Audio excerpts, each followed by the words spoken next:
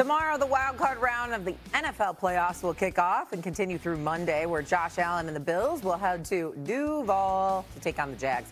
Jacksonville has won 8 straight. They're averaging almost 34 points a game, and Josh Allen has yet to win a road playoff game. So he's 0-4 when not in Buffalo in his playoff career, losing in Houston in the 2019 wild card, and then 3 losses, we would probably remember those well, against Kansas City and the Chiefs. So Allen also has 0 rushing touchdowns in his 4 playoff games on the road. Now we think about him playing against Jacksonville on Sunday. There are no Kansas City Chiefs in these playoffs, as we talked about a lot. No Joe Burrow, no Ravens and Lamar Jackson. So how damaging would a loss be for Josh Allen in this round 1 of the playoffs? Extremely. Let's take a blast from the past real quick. If you gave everybody hey, what do you think this would turn out if this was the situation? How would Josh Allen perform? How would Joe Burrow perform? How would Lamar Jackson perform? How would Patrick Mahomes perform? Well, in this specific case, we tell you, hey, Josh Allen is in the playoffs. There's no Lamar Jackson. There's no Joe Burrow. There's no Patrick Mahomes. The people that he has to go against is potentially C.J. Stroud, Drake May, Justin Herbert, Trevor Lawrence, Bo Nix, and the list goes on. How does that season turn out? If you ask that in preseason or before week 1, you would say to yourself, oh, they won in the Super Bowl. Well, the same tension and the same risk is still there. If he does not have a deep playoff push, and in the famous words of Stephen Anthony, it better not be you. Because if it is you, Josh Allen, boy, oh boy, people are going to side-eye you. People are going to look at you and say, you mean to tell me you ain't have nobody that we list as game changers in this game to give you a threat, and you lost or you came up short? That's the legacy impact for sure. S.A.? I hear you, Cam, but I'm not totally with you on it. Of course, Lamar Jackson and Patrick Mahomes being out of the playoffs, this would be seen as the best opportunity for a guy like Josh Allen, who's got like 32 touchdowns and like 7 interceptions in his playoff history. The brother balls. You are absolutely right. Don't let it be you. Don't let it be you if y'all lose this game. That's true. But if we're looking objectively at the Buffalo Bills, they ain't what they used to be. They're not the same team. There's no Stephon Diggs there. You got Cook there, but clearly you're bereft of some of the tools you need at the wide receiver spot. Your defense is prone to slow starts, and they give a little bit too much at times. We've seen this happen with them this football season. And so when we look at the Buffalo Bills, who no longer are AFC East champions, who obviously have to play a wild card, and if they're going to get to the Super Bowl, they're going to have to go on the road everywhere they go to do it, whether it's Jacksonville, it's New England, it's Denver. That's just the reality of the situation that we're talking about right here as it pertains to them. If they had a better team, that would be different. But we've looked at Josh Allen, who went back to making turnovers this year, which was uncharacteristic for him compared to what he did last year because he had cut them down so dramatically, because you don't have the same quality of team. The Keon Coleman's of the world and others. I mean, this guy, it was DNPs. He didn't play. Coach's decision and disciplinary reasons and stuff like that, even though he ended up being a healthy scratch. You got this kind of stuff going on in Buffalo right now. I'm just saying to you, they're not the same team. And we know that Jacksonville has been a better team than the Buffalo Bills this year. So I look at it from that standpoint. I get where you're coming from because Mahomes and Lamar Jackson are gone. I'm just saying because the Buffalo Bills ain't what they used to be. I think we're having a different conversation more along your lines, Cam, if Josh Allen plays like garbage. But if he plays the way he's accustomed to playing and they still lose, I don't know how much we're going to hold him accountable. Okay, Bills Mafia, Stephen A. Just start putting the excuses out for Josh Allen already. Be real with it. If Josh Allen doesn't get to the Super Bowl, this bubble of protection that he has against criticism has to stop. For some reason, you can't talk about when Josh Allen doesn't play well. You can't point to the Atlanta game. You can't point to the Houston game. But Joe Burrow not in the playoffs. Patrick Mahomes not in the playoffs. Lamar Jackson not in the playoffs. Go win the damn championship. Go be the best player in the world. You take these last 2 seasons and you take the big 4, when you talk about individual success and team success, Josh Allen is the guy now. Yeah, Patrick Mahomes dragged the team to the Super Bowl that probably shouldn't have been there, but Josh Allen won the MVP last year. Josh Allen's the only one in the playoffs now. Don't start making excuses for him already. Do we care that Lamar's teammates let him down? Hell no. Does Lamar get all the excuses when they lose? Well, why Josh get them? He ain't won a Super Bowl. He don't have 2 MVPs. You think if Seattle lose, we not going to blame it all on Sam Darnold? Yep. Yes. You think when Tampa lose, we don't blame it all on Baker Mayfield? Yep. That's what happens. So why, when it comes to Josh Allen, you better not get on here on Monday morning and say Josh Allen at fault? Yes. If Josh Allen Is that a rhetorical question or you want an answer? It's a rhetorical question. It's a rhetorical. I'm on my Stephen A. Garrett Wilson trip right now. If Josh Allen don't win the Super Bowl or doesn't get this team to the Super Bowl with who isn't in the playoffs, it's a failure. Brian Terry, where you been? Where you been? I need that energy because, listen, you said something that was extremely key. And every great quarterback that we have labeled as a consensus has done this.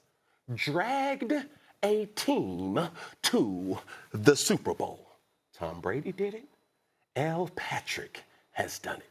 Now we start to see, hey, Josh, do you have enough excuses that could be used? Yes. But also, Josh, you haven't been held to the same standard.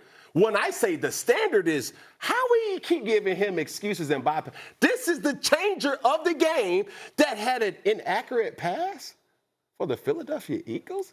But he gets to say, hey, I messed up. Captain Obvious here. Yeah. I don't think we go after a Josh Allen in that same type of turn. And listen, Josh, bro, for me, is a person that I respect and I like the most because we play alike. But when you start to say, hey, man, I don't care about Keon Cole. Hey, bro, I don't care about your defense. Respect. I don't care about Mr. Cook. Man, it's you. Everybody knows that the Buffalo Bills will win or lose because they have Josh Allen. Insert Josh Allen just like any other great quarterback. Then that's the difference maker. Right. Well, see, y'all are painting a picture, and it's not inaccurate, but it's incomplete.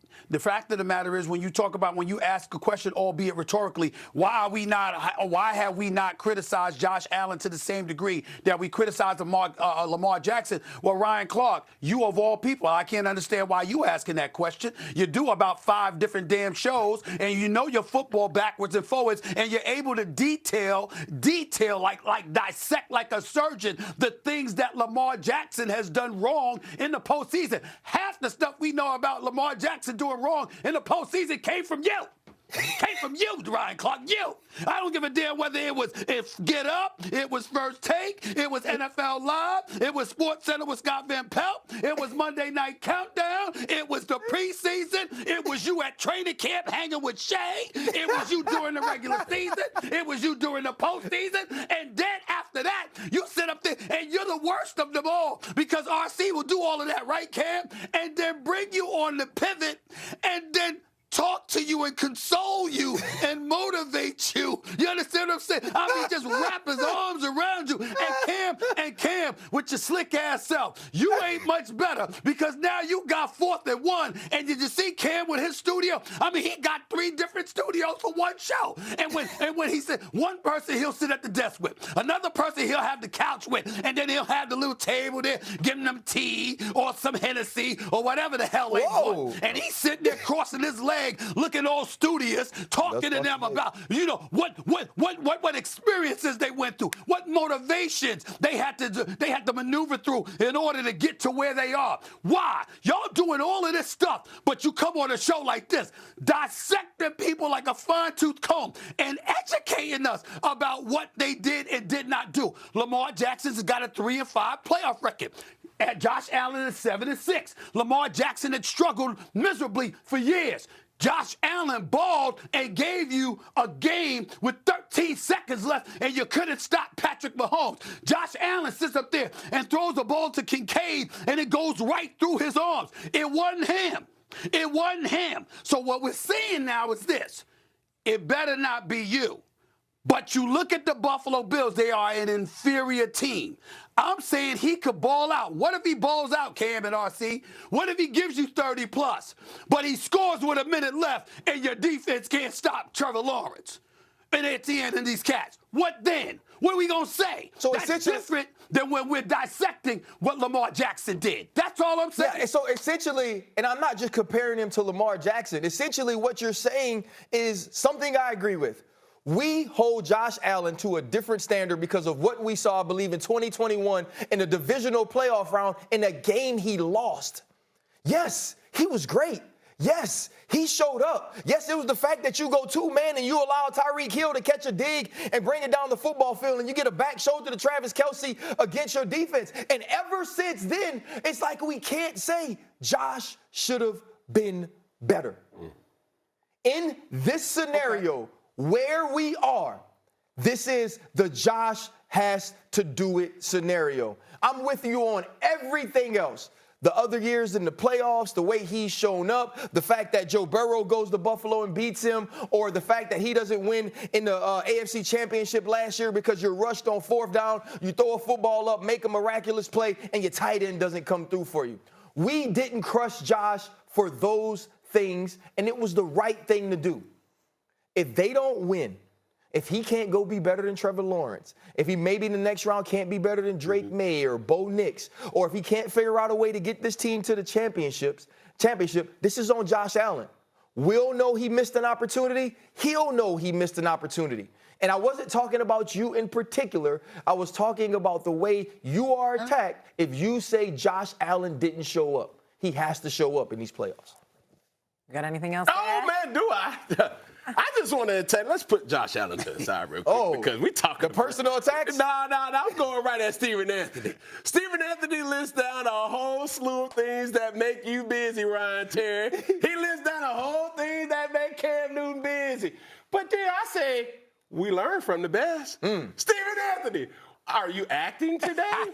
Stephen Anthony, are you talking politics today? Stephen Anthony, are you talking sports? Sirius XM, Mad Dog Ray. Man, Stephen Anthony got so many hats, boy, he'll put me to shame. So, man, listen, when we start to critique the football game and individuals that played at a high level, it's now time to put the extras and the pat on the backs and the attaboys and the hand. Like, bro, Josh Allen, bro, it's time. Yeah. Find a way. And how we judge certain players, it's not fair. But this is also true. You're the best player in the AFC. Yeah. Prove it. They have reigning MVP as well, right? Okay. I will say, though, I don't remember us really saying everything was Lamar Jackson's fault on Monday after that loss. It feels that way, though. But maybe after a few days. But I don't remember us putting all the blame on him. Just saying. Coming up here on First.